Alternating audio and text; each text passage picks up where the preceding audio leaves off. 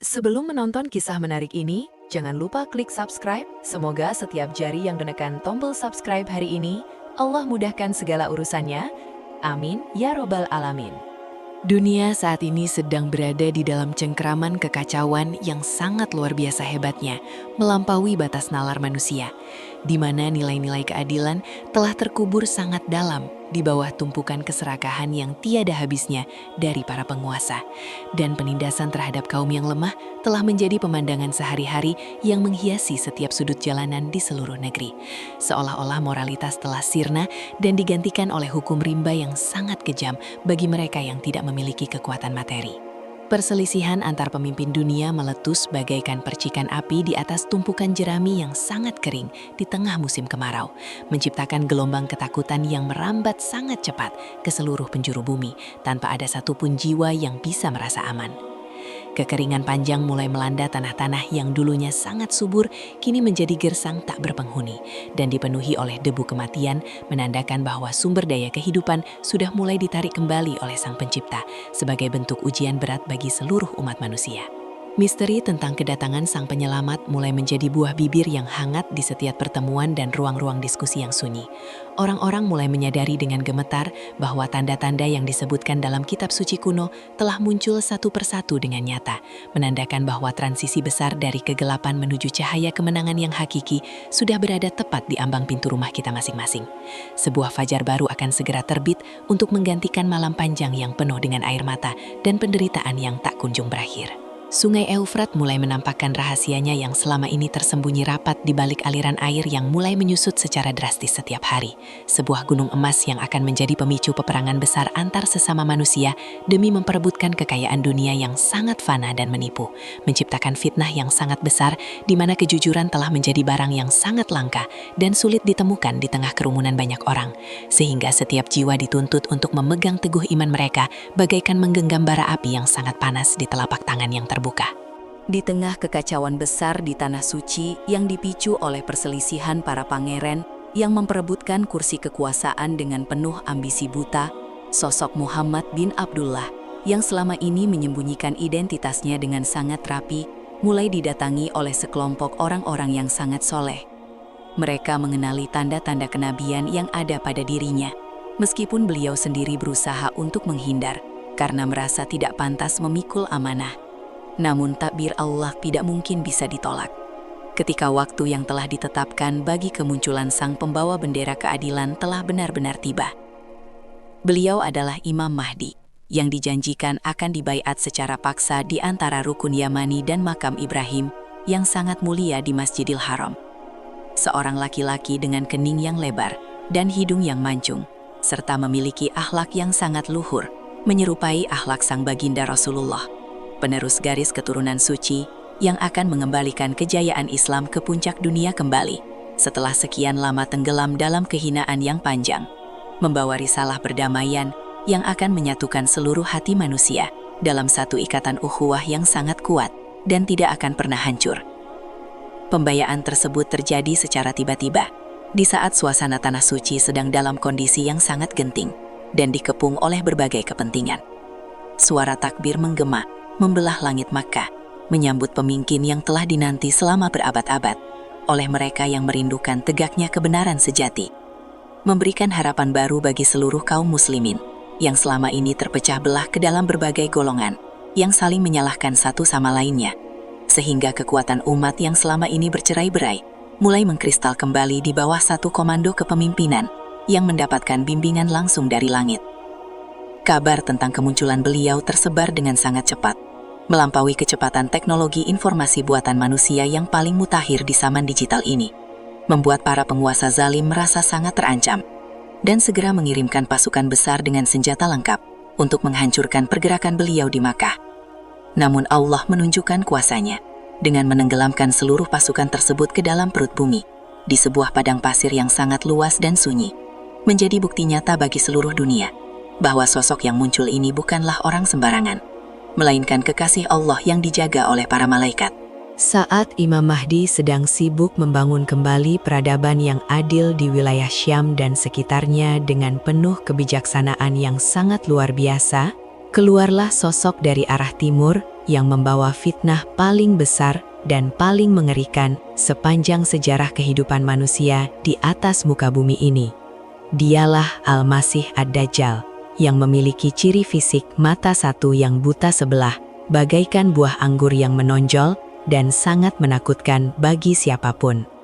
Muncul dengan segala keajaiban palsu untuk menipu orang-orang yang memiliki kelemahan iman, agar mereka mau menyembahnya sebagai Tuhan semesta alam semesta. Ia muncul di saat dunia sedang mengalami krisis pangan dan kekeringan yang sangat luar biasa hebatnya selama 3 tahun berturut-turut tanpa ada jeda, dengan membawa tumpukan roti yang melimpah dan sungai air yang sejuk. Dajjal berkeliling dunia mencari pengikut yang mau menukar iman dengan makanan. Siapapun yang sujud kepadanya akan diberikan kemudahan dunia. Namun sebenarnya itu adalah api neraka yang sangat membara bagi kehidupan akhirat mereka kelak.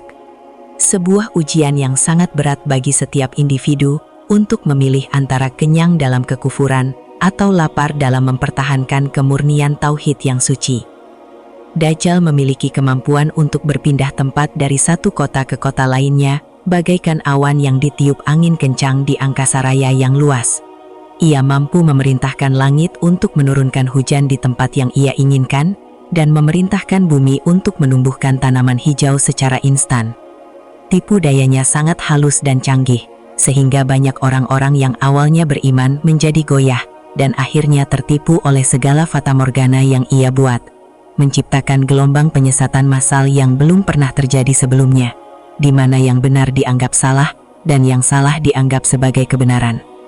Hanya kota suci Mekkah dan Madinah yang tidak akan pernah bisa dimasuki oleh kaki Dajjal, karena kedua tempat tersebut dijaga ketat oleh para malaikat. Setiap kali sang pendusta mencoba masuk, maka para malaikat akan menghalaunya dengan pedang cahaya yang sangat menyilaukan dan penuh dengan kekuatan ilahi, membuat Dajjal hanya bisa berdiri dengan penuh amarah di pinggiran kota, sambil berteriak memanggil para pengikutnya yang munafik untuk segera keluar menemuinya. Sebuah garis pemisah yang sangat tegas antara wilayah yang diberkahi dengan wilayah yang sedang dikuasai oleh energi kegelapan dari sang Al-Masih Ad-Dajjal. Ketika waktu sholat subuh telah tiba di Menara Putih sebelah timur Damaskus yang sangat indah dan mempesona, dengan cahaya fajar yang baru terbit, turunlah sosok Nabi yang sangat mulia, yaitu Isa bin Maryam alaihissalam, dengan meletakkan kedua tangannya di atas sayap-sayap dua malaikat yang sangat agung. Cahaya wajahnya memancarkan ketenangan yang luar biasa bagi setiap mata mukmin yang melihat kehadirannya di tengah keputusasaan yang sangat dalam saat itu. Menandai dimulainya babak akhir dari peperangan antara kebenaran mutlak melawan kebatilan yang telah merajalela di seluruh penjuru bumi selama masa fitnah. Imam Mahdi yang saat itu hendak melangkah maju untuk mengimami sholat, kemudian mundur untuk memberikan tempat bagi Nabi Isa alaihissalam sebagai bentuk penghormatan. Namun Nabi Isa alaihissalam menolak dengan penuh kerendahan hati dan memerintahkan Imam Mahdi untuk tetap menjadi imam bagi umat Muhammad sallallahu alaihi wasallam pada subuh itu, menunjukkan kemuliaan umat ini yang dipimpin oleh seorang pemimpin adil di tengah badai fitnah Dajjal yang telah menghancurkan banyak hati manusia di luar sana. Sebuah pemandangan yang sangat mengharukan, di mana dua pemimpin besar akhir zaman bersatu dalam satu syaf sholat untuk memohon pertolongan kepada Allah. Setelah selesai melaksanakan sholat, Nabi Isa alaihissalam segera memerintahkan pasukan muslimin untuk membuka pintu gerbang benteng yang selama ini telah terkepung. Di sana, Dajjal sedang menunggu dengan penuh kesombongan bersama puluhan ribu pasukan dari kaum yang telah tertipu oleh segala janji-janji manisnya yang palsu. Namun begitu Dajjal melihat wajah Nabi Isa alaihissalam yang penuh dengan cahaya kebenaran, maka tubuhnya mulai meleleh bagaikan garam yang terkena air tawar. Rasa takut yang luar biasa menyelimuti hati sang pendusta, karena ia menyadari bahwa waktu eksekusinya telah tiba di tangan utusan Allah yang suci. Dajjal yang tadinya merasa sangat berkuasa, kini melarikan diri dengan penuh kehinaan yang sangat luar biasa, melintasi padang pasir yang sangat luas itu. Nabi Isa alaihissalam mengejarnya dengan sangat cepat, hingga ke pintu Lot di wilayah Palestina, dan menghujamkan tombaknya tepat ke tengah dada sang Dajjal. Tewaslah sang pendusta besar yang selama ini telah menyesatkan miliaran manusia, Dan berakhirlah sudah fitnah terbesar yang pernah ada di akhir zaman ini, memberikan kelegaan yang luar biasa bagi seluruh bumi, yang selama ini sesak oleh nafas kezaliman dan tipu daya yang dilakukan oleh sang iblis berwujud manusia. Setelah kematian Dajjal dan masa damai yang sangat indah dijalani bersama Nabi Isa AS dan sang pemimpin Imam Mahdi di bawah naungan syariat Allah SWT, memerintahkan Nabi Isa AS untuk membawa seluruh hamba-hambanya yang beriman berlindung ke atas puncak Gunung Tur yang sangat tinggi dan aman, karena telah keluar kaum Ya'juj dan Ma'juj yang jumlahnya sangat banyak dan tidak ada satupun kekuatan militer di bumi yang mampu melawan mereka. Sebuah ujian terakhir bagi penduduk bumi, di mana mereka harus benar-benar bersandar hanya kepada kekuatan doa dan pertolongan langsung dari Sang Maha Pencipta. Kaum yang sangat merusak ini meminum seluruh air danau hingga kering kerontang dan menghancurkan apa saja yang mereka lalui di permukaan bumi. Dengan rakus, mereka merasa sangat kuat dan sombong hingga memanah ke arah langit dan mengira bahwa mereka telah membunuh penduduk langit dengan senjata-senjata mereka. Namun Nabi Isa AS terus berdoa dengan penuh kekhusyukan kepada Allah agar kaum yang melakukan kerusakan besar tersebut segera dimusnahkan dari muka bumi, sehingga bumi bisa kembali bernafas dengan lega dan keberkahan bisa turun kembali menyirami setiap jengkal tanah yang telah rusak oleh ulah mereka, memberikan kesempatan terakhir bagi umat manusia untuk menikmati sisa-sisa waktu dunia dalam penuh ketaatan dan kemakmuran yang belum pernah terjadi sebelumnya, di mana harta benda menjadi sangat melimpah hingga tidak ada lagi satupun orang yang bersedia menerima sedekah, karena semua kebutuhan telah tercukupi. Setelah beberapa tahun berlalu, Imam Mahdi pun wafat dengan tenang dan disolatkan oleh seluruh kaum muslimin dengan penuh rasa haru yang sangat mendalam. Nabi Isa AS tetap memimpin umat manusia hingga waktu yang telah ditetapkan bagi beliau untuk meninggalkan dunia fana ini dan kembali ke sisi Tuhannya, meninggalkan warisan iman yang sangat kokoh bagi generasi terakhir yang akan menghadapi tiupan sangkakala yang akan menghancurkan seluruh alam semesta raya.